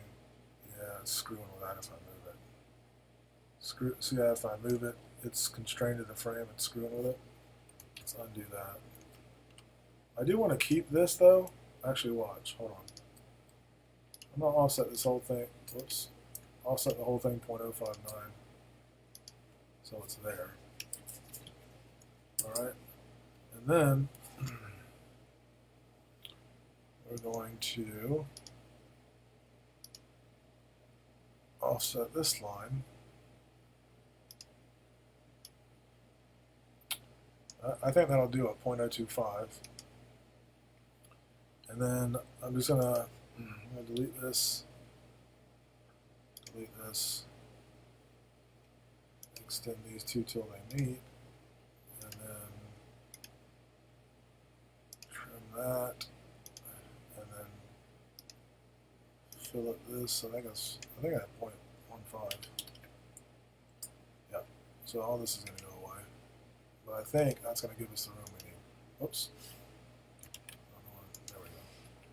All right. So what I'm going to do is I'm going to offset this again and check it. Boom, boom. Notice how it defaults to 0.039. I wish there was a way, and there might be a way, to set it to where it defaults to the last used whatever. You know what I mean? If there is, somebody let me know. Because that would save time. Because when you're doing stuff like this, you know, you'll redo something. Our detent ball has got to move back a little. And when we do that, let's double check the track. I think we'll be okay. Heck yeah, we're good. Save it. So this is all stuff, man. It's, like I said, a lot of give and take with this stuff, man. And usually if I'm going to model the detent track, which I usually don't do, I'll just cap it off down here with a 3-point arc detent track, lock cutout. Yeah, I'll usually model it out like this, and then, you know, trim this out and all that. Which we can do, but personally, I just usually leave this line, sketch line, for the end mill to follow. And a lot of times what I'll do, well actually it's what I do, I'm going to undo this. I'll make a line down to here. Let me just finish this sketch. And then what I'll do is, oh, we got all kinds of blade, don't we? Yep. What I'll do is I'll actually make a body that's just the lock like this. And I'll usually do it, just do a 0.1 like that, new body. See it, defaulted to join. Actually, right click, no, that won't work. Sometimes you can change defaults by right click and stuff. And then, you know, there it is. And I just have it follow this line and make sure it's on this side of it, the end mill. But we'll get into that in the cam part. So I am going to name that lock. Oh, well, lock bar. We already have a lock, don't we? Okay, and we're going to hide that. And then this got screwed up. See, the blade. So it's real easy to fix. We can just select the lock section and get this bad boy and press pull it. And honestly, I don't know how that happened, but when you screw around with sketches, stuff like that happens. And like I said, this is all in the same sketch. So, you okay, Bill? She's getting antsy. I might have to wrap this up in a minute. Okay, so that's good though. We got the blade, we got the lock, we got all the mechanics figured out. Let's look at the closed blade. Oh man, it messed with that too. See, when you mess with sketches, guys, it messes with everything you made off that sketch. So let's do this. We're going to move it, but we're going to create a copy. We're going to select the center pivot, hit OK, and then 172 around the Z-axis. And turn that on, turn this off, turn the lock on. Look at that. Now this is why I did that. We need to look at a couple things. One, is anything sticking out that shouldn't be? Everything looks really good. The only thing sticking out is this bad boy right here. Okay? And there's a few ways you can clean this up because that doesn't show when it's open either. You could, well, you could leave it, which wouldn't look great. We could actually make it more pronounced like this and have a tiny little flipper tab and do a really heavy chamfer up here, and you could have a little flipper tab, which would actually be kind of cool. I might do that. For now, we're going to leave it. If you wanted to fix it, how would you fix it? Okay, here's how you'd fix it. Go in, edit this sketch,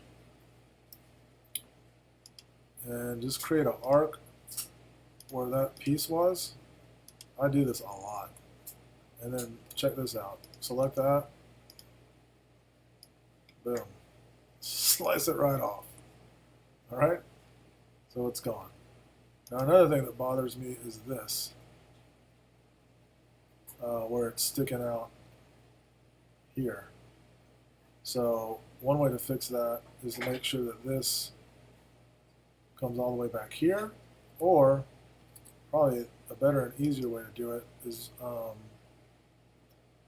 either chamfer or fillet that edge. So let's see how a chamfer would look first.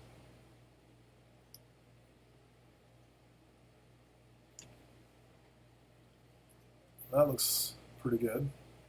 So let's hit cancel and try a fillet.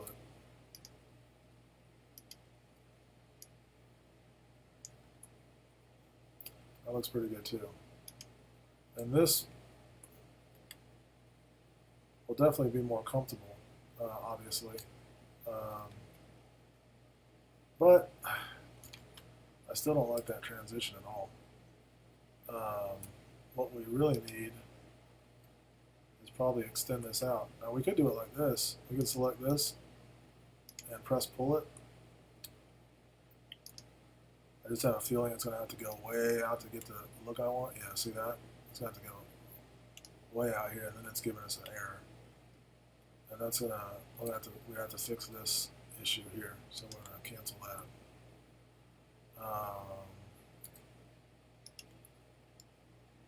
Let's see. If we make this go down this way, when it's open, it's going to go down this way, and not going to make that smooth line. So, you know, this is where you got to make one of those decisions, like, you know, one thing we didn't try, we could put, oh, this is one thing. You know what? We haven't covered this. This is perfect. When you do a normal chamfer, all right, it defaults to like 45 degrees. See, like that. Okay. You can go in here and go. There's equal distance, two distances, which I've actually never used, and distance and angle. What that lets you do, it lets you control, see the distance like this, which is not going to help us, but it lets you control the angle like this. Check this out, which can give us a better, look at that, much better transition. But I do want that line that's inside here to be flush with this. So we're going to go into this view, and we're going to adjust it. It's almost at 22 maybe. Nope, 21.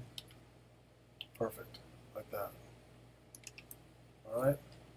So is it perfect? No, but it's a lot smoother transition, and it's not messing with our open position. So let's save that.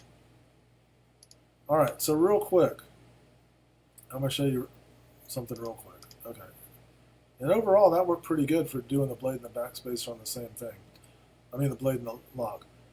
So let's do our backspacer super quick, and we'll call it a night. I'm going to create a sketch on the inside of our, well, technically it's still it's the lock, but it's on the show side or whatever. So here's our sketch. What I usually do is we're going to use these lines. We're going to use this line, and I don't know if it's going to let me. It's probably not, so I'm going to have to eyeball it. We're going to use a line that parallels the blade. You don't have to do this. We could do a backspacer like this. Maybe we will. Hold on. Do a backspacer like this, curved, so it doesn't come anywhere near the blade. We can do a small backspacer. We can do a big backspacer. You know, it all just depends on how it's going to look. Let's just do a simple one right now. Okay. Finish sketch. And press pull it. We're just going to make it, I'll make everything 0.2. Okay. Join, nope, new body. I usually do backspacer BS. It's a whole lot of BS. And there's your backspacer. Or the beginnings of one, I should say. Okay.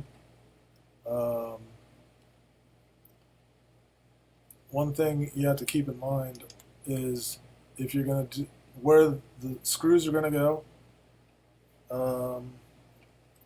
You know what size screws you're going to use. I use 440, so I usually, when I model it, use a 0.11 hole, and then the head is 0.221 for the ones I use, unless they're titanium from Tie Connector, and they're 3/16 or a shade under. But let's look at that just super quick because it won't take long. Let's go back in that sketch. Well, let's name this too. Backspacer BS. Edit sketch. Okay, so if you have a backspacer like this that's longer, traditionally you'll want to put a screw, you know, on this end and this end. This end being so tight, this might be the issue. So let's go in here and look at it. I know it's going to be tight, so I want to come like an equal distance away from here and here. I'm using the 2-point circle so I can start close to the backspacer and go out 0.11 and look at it. One thing I see that's going to be an issue already is there is no way in hell I'm going to be able to counterbore 0.221 screw for that.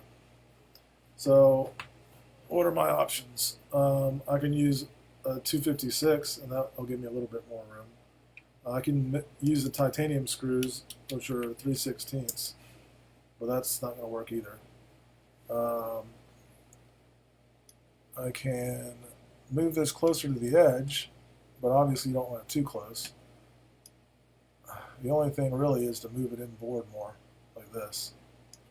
And that looks pretty good.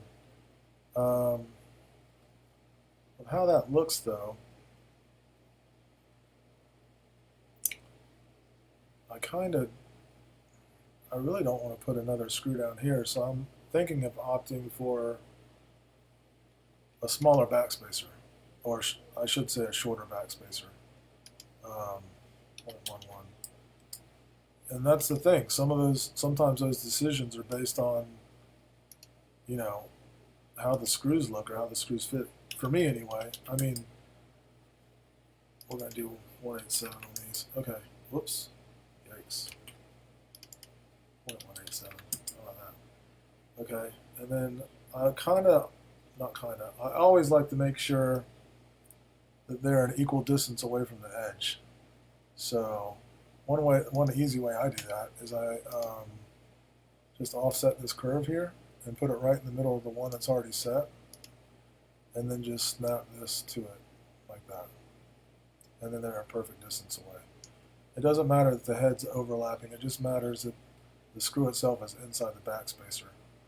Alright, so we can get rid of this. And now we need to shorten this backspacer. So we're going to get rid of this line. We'll create another one maybe here. Well, we could get funky and do three screws. But on a gentleman's folder, I want to keep it more clean.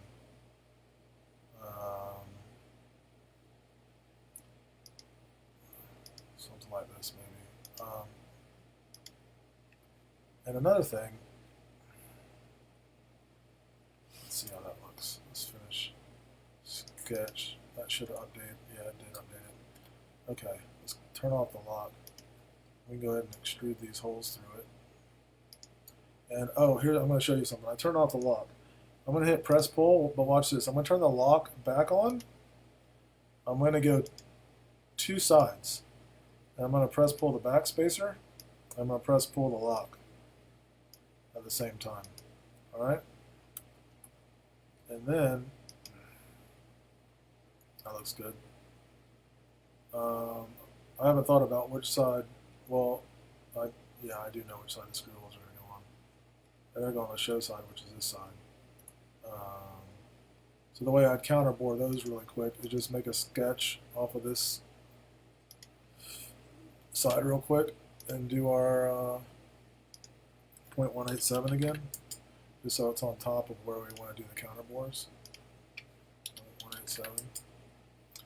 And I believe the head size on the tie connector ones are, I think a negative 0.05 gives me a perfect counterbore, like that.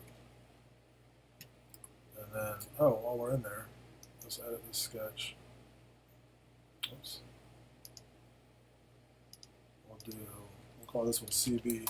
I always call counterbore CB. And we'll go ahead and do the counterbore for the pivot, which is 0.142. No, dang brain fart. What's that pivot diameter? Oh man. What is it? 0.42? It's 0.42. Let's see if I have any questions again. Nikki, God bless her. She said, "Hey, I'm okay. Couldn't get the remote, but Adeline came in, laughed out loud. She had surgery on her ankle. She had 2 detached tendons, so she's in bed for like 6 to 8 weeks. And I've been her cabin boy. So yeah, she's doing all right, but." I lost my train of thought. Pivots. She's doing great, but you know, she needs me to help her a lot, which is fine. But okay, 0.373. Okay, So, yeah, 3/8, okay, or roughly. I mean, 373. I think when I machine them, I do a depth of 0.042. That's right. And then 0.375, I believe. All right. So then, like I said, my depth is 0.042. Negative point. Whoops. 0.042. Okay. So let's turn off our sketches. Save it. All right. So, like I said, this is where the show side would be. So we're going to duplicate, or we're going to, I'm going to go ahead and name it show. And we're going to copy it. Create copy. And since everything's 0.2, I know I just need to move it like this. But see, then all the stuff's in the wrong spot, like this counterboard that's already there. So what I really want to do is mirror it. So we'll select show, select mirror, it's under create. We need a mid plane. Actually, we'll just do it without the mirror plane. It's not going to put it in the exact right position, but we'll fix that in a second. We'll just hit OK. It's probably 0.2 away, I'm guessing. And this is the lock. I'm going to move it. 0.2. There we go. And then delete the detent hole on the show side. And there we go. Also delete this counterboard on this side because we don't need it. These holes will be tapped. Well, it's not letting me, so we can just press pull 105 and press pull 0.05. Yeah, so there it is. I don't know what we call it. If you guys have any suggestions, let me know.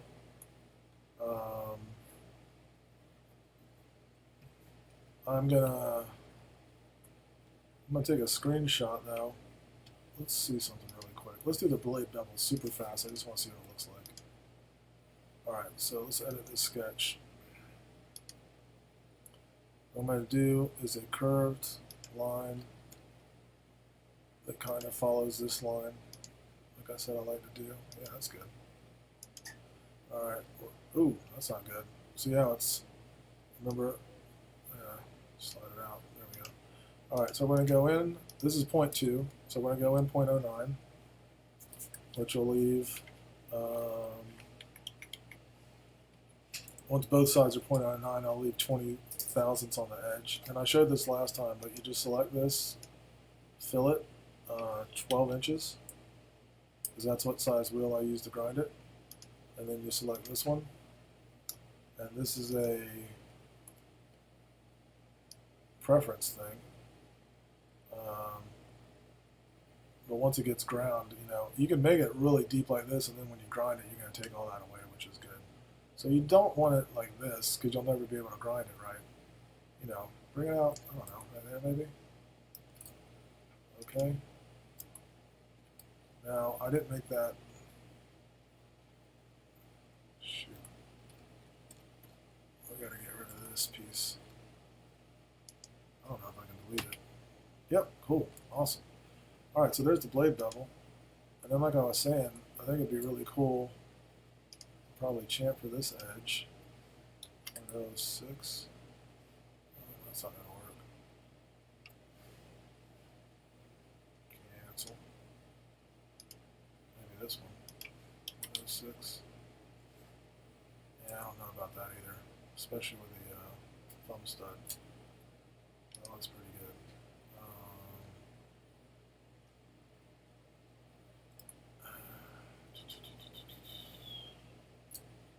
Let me see something really quick. Oops.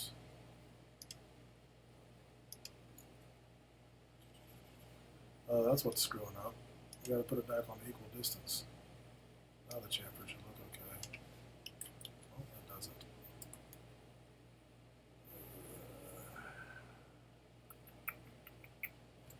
I think because the grind line's going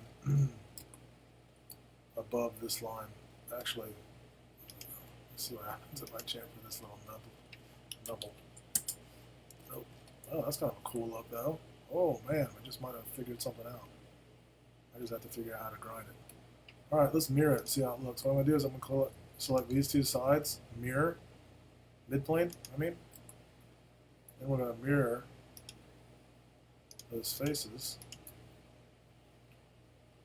Mirror, select mirror plane, which is the midplane. Hit OK. This orange thing is construction. I'm going to turn that off. Oh, man, that looks pretty cool. I just have to make sure I can grind it. But this being a 45, you could do it with a table set to 45, and I think there's still plenty of room for a whatchamacallit, thumb stud. See if there's any questions. Okay, no questions, good. All right, I'm going to throw some quick chamfers on it just to see how it'll look. And I think that'll be it for the night. Let's do 21. Yikes. Too much. 109. 108. Okay. Let's do a heavy one down here if we can. 0.1. Nope. 0.1. That looks good. And, okay. Oh, well, we'll cover this next time.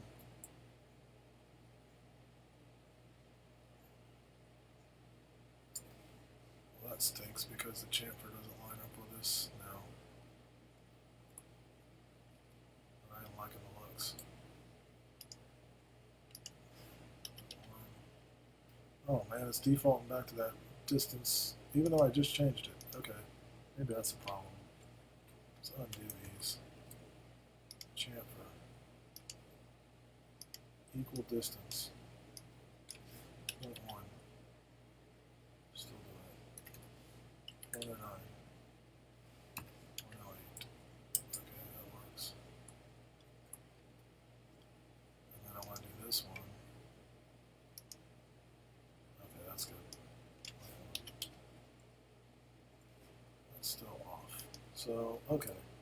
So what I might have to do, I like to vary my chamfer sometimes, but for this one, maybe a 0.09 on the whole thing. Actually, since we did that, let's just do 0.1. Yeah. And then I want to do these 0.1. I want to do a little baby chamfer on this one, maybe 0.04, 0.02. Yep. And then up here,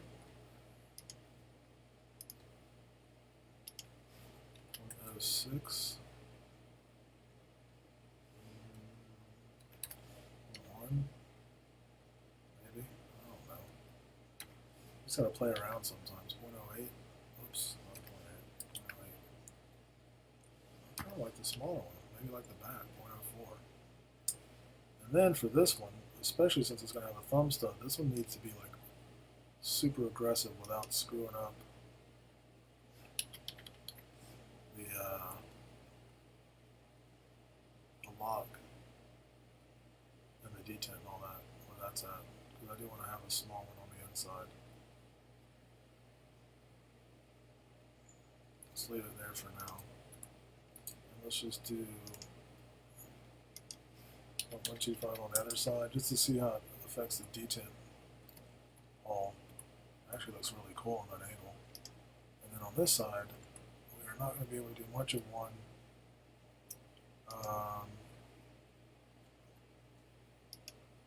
What I'm going to have to do is I'm going to have to draw a line here for the chamfer to follow so it doesn't even get into this area at all.